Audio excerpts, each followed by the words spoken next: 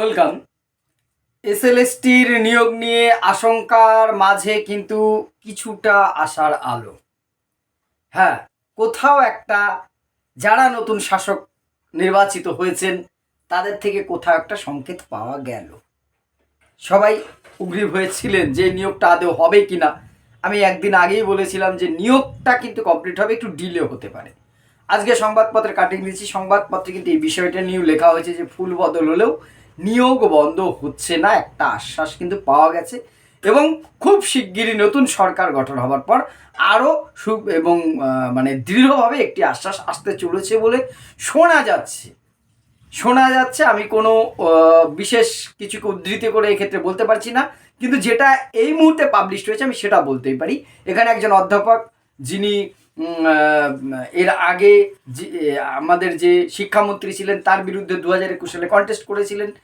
হয়তো নতুন আমলে তাকে আমরা কোনো শিক্ষার দপ্তরের কোনো একটা কিছুতে অবশ্যই দেখব বলে অনেকেই অভিমত ব্যক্ত করছেন।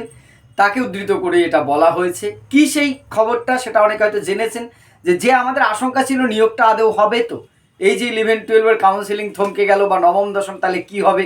টোটাল প্যানেল কি ভোগে চলে যাবে? দেখুন, আমি আগের দিনও বলেছি, আমি সরকারের কেউ নই, এসএসসির কেউ নই, হওয়ার যোগ্যতাও আমার নেই, কিন্তু তবুও যে বিভিন্ন জায়গার থেকে যে তথ্য পাচ্ছি তাতে করে অভিজ্ঞতা থেকে এটুকু বলেছি যে না, নিয়োগ বাতিল হয়ে যাবে সেই রকম কোনো আশঙ্কা নেই।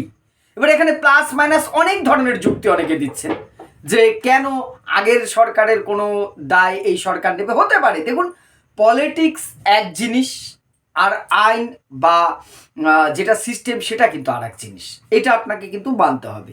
একটা অনগোয়িং প্রসেস হট করে বন্ধ হতে পারে না। যেমন প্রাথমিকের ইন্টারভিউ কিন্তু স্থগিত আছে, তাহলে প্রাথমিক নিয়েও আছে। আজকে আমি যেহেতু প্রাথমিক নিয়ে বলবো না, আমি এসএলএসটিটা নিয়ে বলবো। আপনাদের কিছুদিন দেরি হতে পারে, কারণ নতুন সরকার তৈরি হওয়ার পর যেটা হয়, হয়তো এসএসসির এই চেয়ারম্যানকে সরিয়ে দিতে পারে, বিভিন্ন যে দপ্তরের যারা আমলারা আছেন তাদের রদবদল হতে পারে, হঠাৎ স্বাভাবিক। রিজিওনাল যে অফিসগুলোর যে কর্মকর্তারা আছে তাদের মধ্যে বদল হতে পারে।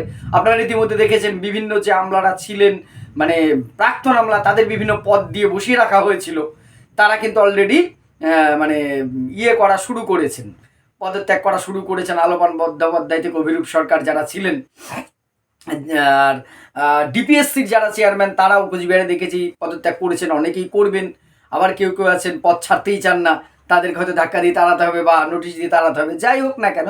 ফলে একটা সিস্টেমকে সেট আপ করে নেওয়ার একটু সময় লাগবে। কিন্তু যে নির্দেশটা সরকারকে দেওয়া হয়েছে, নির্দেশটা স্কুল সার্ভিস কমিশনকে দেওয়া হয়েছে, পদের ব্যক্তি পরিবর্তন হলেও সংস্থাটির তো পরিবর্তন হচ্ছে না। তাদের কিন্তু দায় থাকছে নিয়োগটা করবার। একটা বিষয় এখানে যে সেখানে যে আপনার একটু ডিলে হতে পারে, কোর্টের কাছে সময় চাইতে পারে। আমি আগের দিন আপনাদের বলেছিলাম যে দুটো জায়গায় একটু সংশয় আছে। দেখুন, পেপারেও কিন্তু 3টে জায়গাকে অ্যাড্রেস করেছে, তার মধ্যে যে দুটো জায়গা আমি আশঙ্কার জায়গা বলেছিলাম, 10 নম্বর এক্সপিরিয়েন্স নিয়ে এবং এক্সপায়ারি প্যানেল নিয়ে, এই দুটোও কিন্তু আশঙ্কার কথা এখানেও বলা হয়েছে। আমি আগের দিনে বলেছিলাম যে আশঙ্কা দুটো জায়গায়। এক হচ্ছে 10 নম্বরের যে এক্সপিরিয়েন্স, সেটার তো নোটিশ ধরানোই আছে, যা রায় আসবে সেটা মানা হবে। এতদিন সরকার এটা নিয়ে যেভাবে কোর্টে যাচ্ছিল, নতুন সরকারের দৃষ্টিভঙ্গি চেঞ্জ হলে জানি না কি হবে, কতটা তার দ্বারা রায় প্রভাবিত হবে সেটা তো আমি ভবিষ্যৎবাণী করতে পারি না, কেউই পারে না, সেটা আদালত বিচারপতিরা ঠিক করবেন। আর এক্সপায়ারি অফ প্যানেল নিয়ে যে মামলাটা চলছে সেখানেও কিন্তু একটা আশঙ্কা রয়েছে, আমি গত পরশুদিনের ভিডিওতে আপনাদের সাথে আলোচনা করেছিলাম। এইবার এখানে আরও একটি আশার, যে মূল আশার বাণী যেটা এই সংবাদে প্রকাশিত, অধ্যাপক বিমল শঙ্কর নন্দ, যিনি 2021-এ ব্রাত্য বসুর বিরুদ্ধে প্রার্থী হয়েছিলেন, অবশ্যই পরাজিত হয়েছিলেন, এবারে তিনি প্রার্থনী, কিন্তু তিনি বর্তমান যে নির্বাচিত যে দল ক্ষমতায় আসতে চলেছেন সেই দলের একজন পরিচিত মুখ এবং অধ্যাপক, শিক্ষা জগতের মানুষ।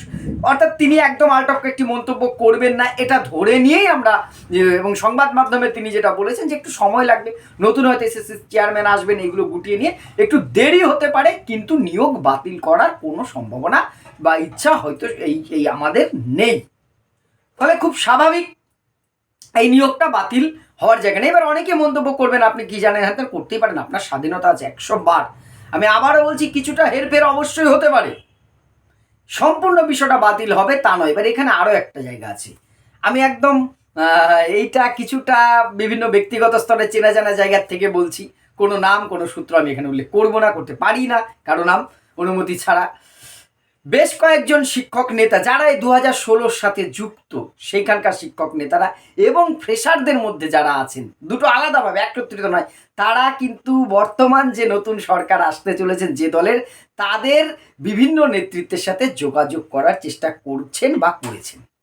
সেখান থেকেও কিন্তু আশ্বাস পাওয়া গেছে 2016 যোগ্য শিক্ষকদের মধ্যে কিছু নেতৃত্ব তারা যোগাযোগ করেছেন, তাদের প্যানেলটা যাতে বাঁচিয়ে ফিরিয়ে আনা যায়, ওএমআর প্রকাশ করা যায়, সেটা করে তাদেরকে প্যানেলটা যাতে ফিরিয়ে আনা যায় সেটা নিয়ে যেমন দাবি। এবং যোগ্য ফ্রেশারদের তরফ থেকে একটি দল তারাও কিন্তু যোগাযোগ করছেন যে এই প্যানেলটা যাতে দয়া করে বাতিল না করা হয়, এবং তারা দুপক্ষই কিন্তু কিছুটা আশ্বাস পেয়েছেন।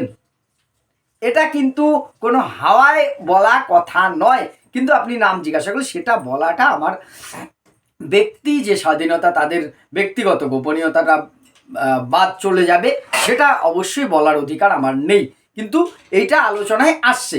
এবার এখানে প্রশ্ন আসবে, স্যার 2016 যদি ফিরে আসে তাহলে ফ্রেশারদের কী হবে? আমি আগের দিন ব্যাখ্যা করেছি, 2016 যদি ফিরে আসে সেই যে পোস্টগুলো আছে সেখানে তারা ফিরে যাবেন, ফলে আপনার কম্পিটিশনটা কিন্তু শুধু ফ্রেশাররা থাকবেন। তখন আর 10 নম্বরের অভিজ্ঞতা নম্বর থাকতেও পারে, নাও থাকতে পারে। ফ্রেশারদের তাতে আতঙ্কিত হবার কিছু নেই, আপনাদের চাকুরি থাকবে, পোস্ট এদিক সেদিক করে কিছু কিছু সাবজেক্টে দু একটা জায়গায় কিছুটা সমস্যা নিশ্চয় হবে। আমি ওভারঅল চিত্রটা বলছি, প্রত্যেকটা সাবজেক্ট ধরে ধরে যদি ক্যাটাগরি ধরে ধরে বলতে যাই সেখানে নিশ্চয়ই কিছু কিছু জায়গায় সমস্যা তৈরি হবে না, সেটা আমি বলছি না, কিন্তু ওভারঅল কিন্তু আপনাদের সুযোগ যে থাকবে না সেটা একদমই নয়, আপনাদের সুযোগ কিন্তু সেক্ষেত্রেও থাকবে। অনেকগুলো সম্ভাবনা রয়েছে, সবটাই সম্ভাবনাময়, কিন্তু কনফিডেন্টলি একটা জায়গায় বলা যায় যে যে আশঙ্কাটা কিছু কিছু বিশেষজ্ঞ ব্যক্তি যাদের আমরা রেসপেক্ট করি তারা তাদের দৃষ্টিভঙ্গি থেকে বলেছে, তাদের আমি সমালোচনা করা আমার উদ্দেশ্য নয়। তারা যেভাবে বলছিলেন যে এটা মনে হয় বাতিল হয়ে যাবে, সাথে সাথে সরকার পরিবর্তন হওয়া মানে আর কিছু থাকবে না, আমি তাদের সাথে প্রথম দিন থেকেই একমত নই।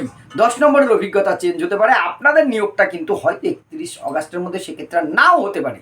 হবে না সেটা কিন্তু তার মানে বলছি না যে প্রান্সার বলে 31 আগস্টের মধ্যে নিয়োগ হবে না, সেটা কিন্তু বলছি না। হতেও পারে 11-12টা। আবার সরকার চাইলে, যেহেতু এসএসসি একটা সরকার পরিবর্তন হয়েছে, এগুলো নিয়ে কোর্টের কাছে যেতে পারে যে মাঝখানে এত কিছু হয়ে গেছে, আমাদের সময় দরকার, নিশ্চয়ই কোর্ট সেখানে কনসিডার করতে পারে, সময়টা আরও বাড়তে পারে, কিন্তু আপনাদের নিয়োগটা এই মুহূর্তে পুরোপুরি বাতিল হওয়ার আশঙ্কা নেই। আর যে আশ্বাসের জায়গাটা এসে সেখান থেকেই বলছি, নতুন সরকার 9 তারিখে গঠিত হলে যারা মন্ত্রিত্বে আসবেন, দায়িত্ব বন্টন হবে, তখন বিষয়টা আরও স্পষ্ট, আরও ক্লিয়ার নিশ্চয়ই আমাদের সামনে হবে। আর যারা নবম দশমের ভাই বোনেরা ফ্রেশাররা বা শিক্ষক শিক্ষিকা আছে তাদের বলবো, আপনারা নিশ্চয়ই আশঙ্কার দোলাচলে রয়েছেন। আমি আপনাদের এটুকু শুধু অনুরোধ করব, নিশ্চয়ই খোঁজ খবর রাখুন, তার সাথে সাথে কিছুটা হলেও প্রস্তুতির মধ্যে কিন্তু থাকুন। প্রস্তুতিটা সম্পূর্ণ যদি আপনি হারিয়ে ফেলেন তাহলে কিন্তু হঠাৎ করে নোটিশ আসলে সমস্যা তৈরি হবে। এরপরে রইল প্রাথমিকেরও নিশ্চয়ই ইন্টারভিউগুলো পেন্ডিং যেগুলো আছে, ডিপিএসসি চেয়ারম্যান নিশ্চয়ই চেঞ্জ হবে, স্বাভাবিক। এর মধ্যে অনেক রাজনৈতিক ব্যাপার থাকে, আপনারা জানেন, সে ব্যাখ্যা আমি যাচ্ছি না, সেগুলোও কিন্তু শুরু হবে। যে আশ্বাসবাণীটা পেয়েছিলাম সেটা আজকে আপনাদের সাথে আমি শেয়ার করলাম। আমি বিভিন্ন কারণে একটু ব্যস্ততার মধ্যে থাকায় আপনাদের রিপ্লাইগুলো আমি এই মুহূর্তে দিতে পারছি না। আমি কাল পরশু থেকে চেষ্টা করবো আপনাদের যে কোশ্চেনগুলো আছে আপনাদের কমেন্টেরও আমি রিপ্লাই দিতে পারছি না, একটু বিশেষ ব্যস্ততার জন্য। আমি সামনের দিন থেকে অবশ্যই শুরু করব। আপনাদের মতামত অবশ্যই কমেন্ট বক্সে জানাবেন, আর আমার ভুল ত্রুটি 1000 বার 1,00,000 বার ধরিয়ে দেবেন। কৃতজ্ঞ থাকবে। ধন্যবাদ।